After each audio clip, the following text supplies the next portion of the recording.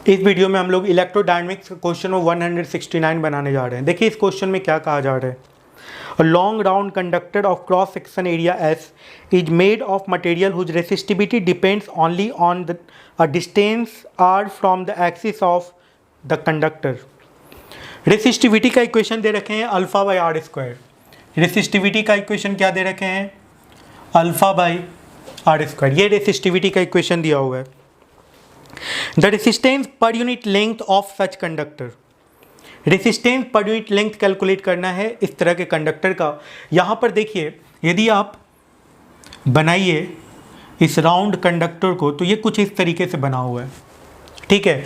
Radius पे इसका resistivity depend कर रहा है, ठीक है। और यदि सारे स्ट्रिप को आप देखिएगा ध्यान से, एक सिलेंडर, दो सिलेंडर, अलग अलग रेडियस का, तो ये एक तरीके से पैरेलल कॉम्बिनेशन में है ना।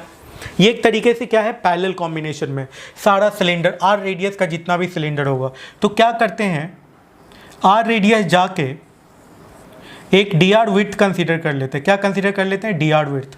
तो इसका एरिया कितने के बराबर हो जाएगा? डी ए का वैल्यू कितने के बराबर हो जाएगा? 2 पाई आर डी आर। ये हो गया एरिया का वैल्यू, डी ए का वैल्यू ये हो गया। तो इसका यदि रेसिस्टेंस आप कैलकुलेट करते हैं, डी आर यदि आप कैलकुलेट करते हैं, इस एक स्ट्रिप का जो यदि डी आर कैलकुलेट करते हैं तो ये कितने के बराबर आएगा बताइए? Rho D A, rho L by A आएगा ना, रो एल बाई ए। और ये चूंकि एरिया डी ए है तो rho D L by D A, ये आ जाएगा resistance.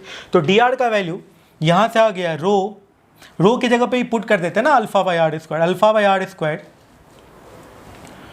Into L by 2 pi R D R. ये आ गया डी आर का वैल्यू। तो डी आर का वैल्यू यहाँ से क्या लिख सकते हैं? फाइनल डी आर का जो वैल्यू आएगा ये कितने के बराबर आएगा? Alpha L by 2 pi R cube D R, 2 pi R cube D R, ये आ जाएगा डी आर का वैल्यू। और एक और पॉइंट, यहाँ पे चूंकि पैरेलल कॉम्बिनेशन है तो यहाँ पे 1 बाई आर इक्विवेलेंट क्या होगा?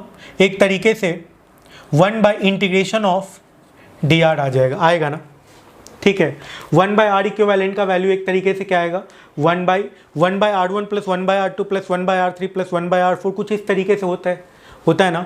तो एक तरीके से ये आ जाएगा 1 बाई डी आर का इंटीग्रेशन आएगा, ठीक है, 1 बाई आर इक्विवेलेंट का वैल्यू। तो इसको इंटीग्रेट कर देते हैं। इसका इंटीग्रेशन 1 बाई डी आर का एक तरीके से आपको इंटीग्रेशन करना है। आपको किसका इंटीग्रेशन करना है? 1 बाई डी आर का। तो डी आर की जगह पे पुट कर देते हैं और इंटीग्रेट करते हैं। देखिए क्या आता है फाइनल इक्वेशन। तो यहाँ पे क्या आ जाएगा देखिए, 2 पाई बाई अल्फा एल, 2 पाई ऊपर चला जाएगा, अल्फा एल नीचे चला जाएगा, और इंटीग्रेशन हो जाएगा आर क्यूब डी आर का। And what is the limit of integration? Limit of integration is from 0 to small R, पूरे सिलेंडर के रेडियस के लिए। तो ये कितने के बराबर आ जाएगा? देखिए 2 पाई बाई अल्फा एल, ये आ जाएगा r to the power 4 by 4 and limit of integration is from 0 to r। तो ये कितने के बराबर आ गया? 2 pi by alpha L r to the power 4 by 4, ये 2 से कट गया। यहाँ पे r इक्विवेलेंट का वैल्यू आ चुका है। तो r इक्विवेलेंट का वैल्यू कितने के बराबर आ गया है?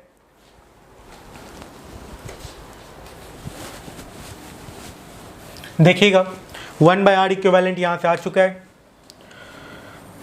1 बाई आर इक्विवेलेंट का वैल्यू आ गया pi R to the power 4 by 2 alpha L, pi R to the power 4 by 2 alpha L, ये आ जाएगा। तो आर इक्विवेलेंट का वैल्यू कितने के बराबर आ जाएगा? 2 alpha L by pi R to the power 4, कुछ ऐसा आएगा। तो यहाँ से आप resistance per unit length calculate कर सकते हैं, 2 alpha by pi R to the power 4। ऊपर नीचे यदि पाई से मल्टीप्लाई कर दीजिए तो पाई आर स्क्वायर एरिया होता है, तो 2 alpha pi by S square, this is the R equivalent per unit length, 2 alpha pi by S square. Okay, इसका सेकेंड पार्ट में कहा जा रहा है the electric field strength in the conductor due to which a current I flows through it. Current I calculate करना है इसके through. Current यदि आई फ्लो कर रहा होगा तो इसके थ्रू इलेक्ट्रिक फील्ड कितना होगा ये कैलकुलेट करना है। तो देखिए इलेक्ट्रिक फील्ड यदि आप निकालना चाहते हैं तो इलेक्ट्रिक फील्ड का इक्वेशन क्या बनता है ऐसे केस में? बहुत ही बेहतरीन क्वेश्चन है। मतलब वेरिएबल रेसिस्टेंस को किस तरीके से पैरेलल में ज्वाइंट करेंगे उस पे ये क्वेश्चन बेस्ड है। बहुत ही बेहतरीन क्वेश्चन है ये, जो एडवांस में पूछा जा सकता है। चलिए इसके सेकेंड पार्ट में देख लेते हैं। इलेक्ट्रिक फील्ड कैलकुलेट करना है। इलेक्ट्रिक फील्ड क्या होता है भाई? Electric potential drop by length, potential difference, negative और पोटेंशियल डिफरेंस बाय लेंथ कहें या पोटेंशियल ड्रॉप बाय लेंथ कहें, ऐसा कुछ होता है। V बाई एल होता है। ओके, V इक्वल टू क्या होता है? I R equivalent by length, ऐसा कुछ लिख सकते हैं। आर इक्विवेलेंट बाय लेंथ का वैल्यू तो ऑलरेडी हम लोगों ने निकाला हुआ है ना, तो बस पुट कर देते हैं, इलेक्ट्रिक फील्ड का वैल्यू निकल गया। तो आई इंटू आर इक्विवेलेंट की जगह पे ये पुट कर देते हैं, 2 alpha pi by S squared, 2 alpha pi by S squared. तो इस तरीके से इलेक्ट्रिक फील्ड आ गया 2 pi alpha I by S squared. This is the value of electric field.